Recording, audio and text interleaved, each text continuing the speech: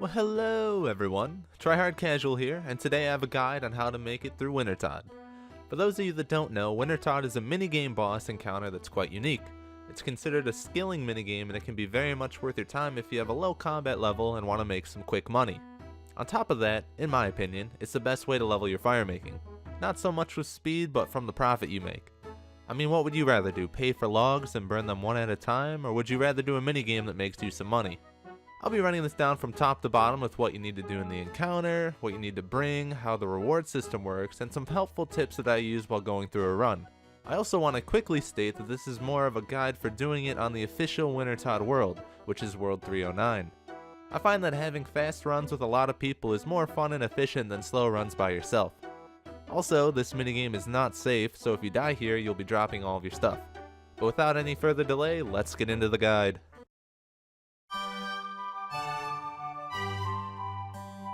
We'll start with the basics. What do you need to bring and are there any requirements? I've placed everything that you might need into one of these two categories listed here.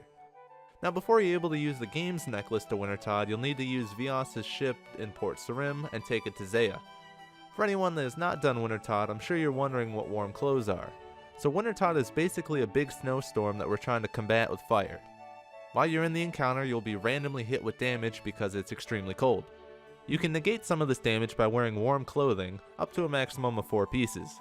There's a decent amount of clothing that counts as warm, so I'll leave a link to the Wintertodt wiki in the description, and you can scroll down to the clothing section to see what pieces you can bring to the encounter. I also listed that you need to bring cheap food. Basically, you want something that you can buy in bulk that still restores a lot of health without breaking the bank. Wine is a very popular choice here because it restores 11 health and is really cheap to obtain. It does drain your combat stats, but that doesn't matter because there's no combat in the encounter. So now you know what you'll need to bring, but now you need to know how the fight actually works. As you enter Wintertodt, you'll notice that the room is really just a big square. As I briefly stated before, you'll be fighting the snowstorm in the middle by using fire. Located around each corner of the room, you'll have a few things to be aware of. First off, we have the Burma roots, which are protruding out of the wall. You'll need to chop off logs here that will be used as fuel for the fire. We also have the braziers. Braziers are where we put our logs and kindling into to deal damage to the snowstorm. Next to each brazier, we also have a Pyromancer who watches over it. The Pyromancer can be injured during the encounter, and you'll have the option to heal him using herbs that are found on the sides of the map in conjunction with some potions found by the entrance in some crates. That is about the most basic understanding of the fight you can get. From here we can get a bit more specific on how everything works. I want to start off by saying that there is a point system in Wintertodt. For right now, all you need to know is that to get a reward at the end, you need at least 500 points. I'll go more into detail on this later in the video. Also, before going any further, I want to mention that as soon as the fight starts, you can also start taking damage. In the entire fight, only 3 things can damage you. As I mentioned earlier, you will take damage periodically just from being in the cold room. You cannot prevent this damage, but you can mitigate it by wearing warm clothing. The second way is by getting hit from falling snow. The falling snow covers a 3x3 square but is easily avoidable. Before you actually get hit, the 3x3 square will produce a snowing animation. All you have to do is walk out of it to avoid the damage. The last way you can receive damage is when snow falls on the brazier and breaks it. The issue is that the brazier can also be extinguished without breaking, and the animations for both of these events can be hard to tell apart. I'll play it once here for when it is extinguished, and now once for when it will break and damage everybody. It hits decently hard and can kill you if you're not paying attention. All you have to do is step away before the snow falls to avoid the damage. Onto the actual encounter now. As a new round begins, you'll want to stand next to one of the unlit braziers. Any corner works just the same, but I would recommend using either the southwest or southeast corner because it usually is more populated than the northern side. When the countdown timer reaches about 2 seconds or so, you'll want to spam click the brazier to light it as soon as the round starts. Doing this nets you firemaking experience and starts you off with 25 points. After the brazier is lit, you can run over to the Burma route to begin gathering logs. If you're using the southwest corner, I would recommend standing right where I am now. This spot allows you to completely avoid the falling snow damage while you cut logs. I go for a full inventory of logs and then head over next to the brazier. At this point you have 2 options. You can simply throw the logs in to receive firemaking experience and 10 points per log, or you can fletch. And I think I need to answer a very important question. Why fletch? This is probably the biggest meme question of Wintertodt, as you'll soon find out after running this for a few hours. Even if people joke about the validity and worth of fletching, it still deserves an honest answer. Fletching logs into kindling and then throwing it into the brazier, in total, will net you fletching experience, firemaking experience, and 25 points per log instead of just 10. Both fletching and not fletching are valid options during Wintertodt, and both will get you above the 500 point minimal for a reward. Fletching will net you less firemaking experience overall, but generally scores you more points per run. The opposite is true for not fletching. It comes down to player preference really, so don't let anyone else tell you differently. While you're standing at the brazier, fletching or not, you want to be on this corner square to minimize the chance of you getting hit by the falling snow. You should also be paying attention to the brazier to see if it's either extinguished or if it breaks.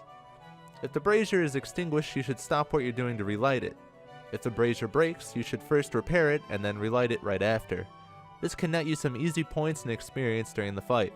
I should note that to receive construction experience from repairing the brazier, that you need to own a house.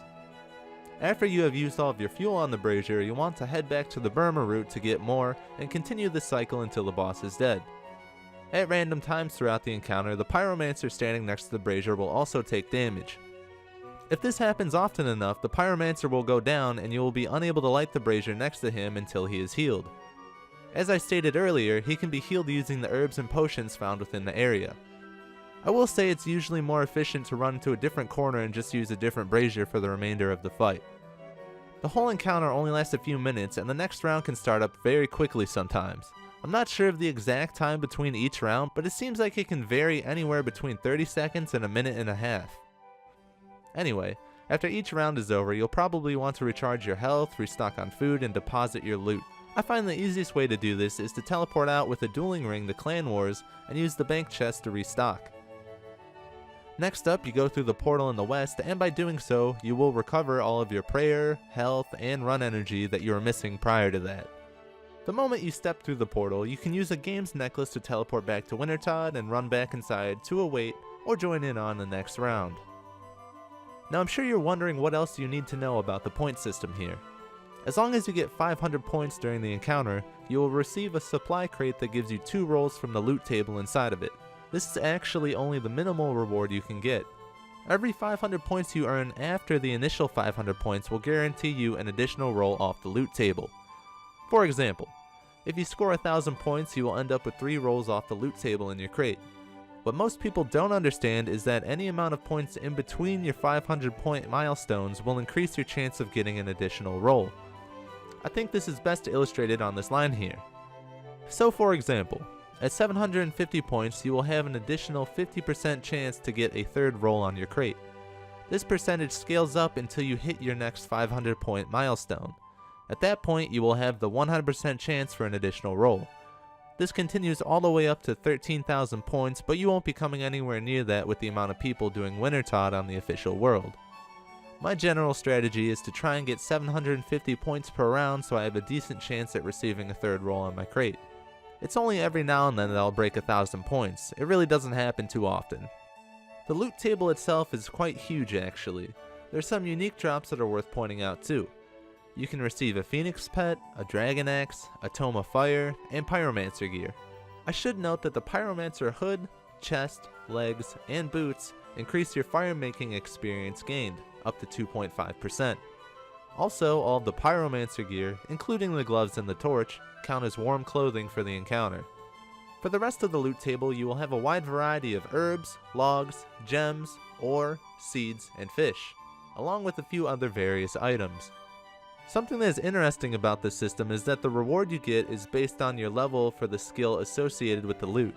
For example, if you have high level farming, you will have a higher chance of receiving better seeds when they drop. The opposite also applies here. So let's say if you have a low fishing level, you're gonna be more likely to receive anchovies rather than sharks as a reward. The same is true about any other drop in their respected skill. One last thing to note is that if you get duplicate Pyromancer gear drops, that you can turn them into Ignitia, who is located outside of Wintertodt, who will give you a supply crate with 1 loot roll inside of it. Before I wrap this up, I have a few various tips that you might find helpful during the fight. First off, the random and periodic cold damage that hits you will interrupt some of your actions in the encounter. Wood cutting, and I believe lighting and repairing the brazier will not be interrupted, but fletching and putting fuel into the fire will be. So if you take damage, you will have to manually start up what you were doing again. I want to stress that if you're putting fuel into the fire, all you need to do is to click on the brazier once. Do not spam click it because it does not work and it will not make it go any faster. If you play with game sound on, you may have noticed how loud and annoying everything can get in the encounter.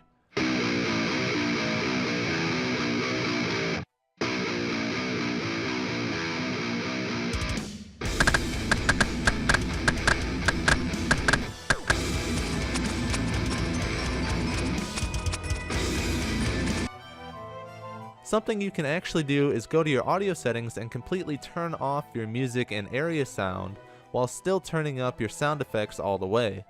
This will allow you to still hear when you take damage while cutting out most of the other sound in the game. It allows you to listen for when you take damage rather than having to watch your health globe the whole time. Having 49 prayer here can also be helpful if you run out of food. Since the random cold damage hits you relatively soft, you'll be able to constantly heal yourself with redemption if you have it as an option. I still don't recommend using it as a first line of defense, but it is worth knowing about it should the need ever arise. There's also a few icons in the top left corner during the encounter that can be useful to look at. An unlit fire means the brazier is extinguished. A lit fire means that the brazier is, well, lit. A red hat means the Pyromancer has fallen, and a crafting icon means that the brazier has been broken. And one final bit of information is that your woodcutting level does not affect how quickly the Burma roots are cut, so all the people that chop are doing it just for show. Alright, I think that wraps up just about everything. This guide actually took me a bit longer to make than I expected. If there's one final thing I could say about Wintertodt, it's to not listen to the people in the encounter with you. When that many people get together in one area, the trolls really do come out in force. Trust me, it's very entertaining and all in good fun. All I'm saying is that take most of what they say with a grain of salt. Hopefully I was able to help some people out and alleviate any questions or concerns you may have had about Wintertodt. As always, I would immensely appreciate a like on the video if you enjoyed it. As of right now, I'm still very much an infant channel, so I could use all the help I can get. I mean, this also means I'm able to respond to just about everybody, so if you have any questions, let me know and I'll do my best to answer them. I'll also leave a few useful wiki links in the description. I do enjoy making these guides, and if you guys want me to make a guide on anything specifically, let me know. You know, if I feel like I know enough about whatever it is, then I could very well do that. But that's it for now, guys. It's been a pleasure, and I'll see you next time. And someone tell Joel to get on Skype.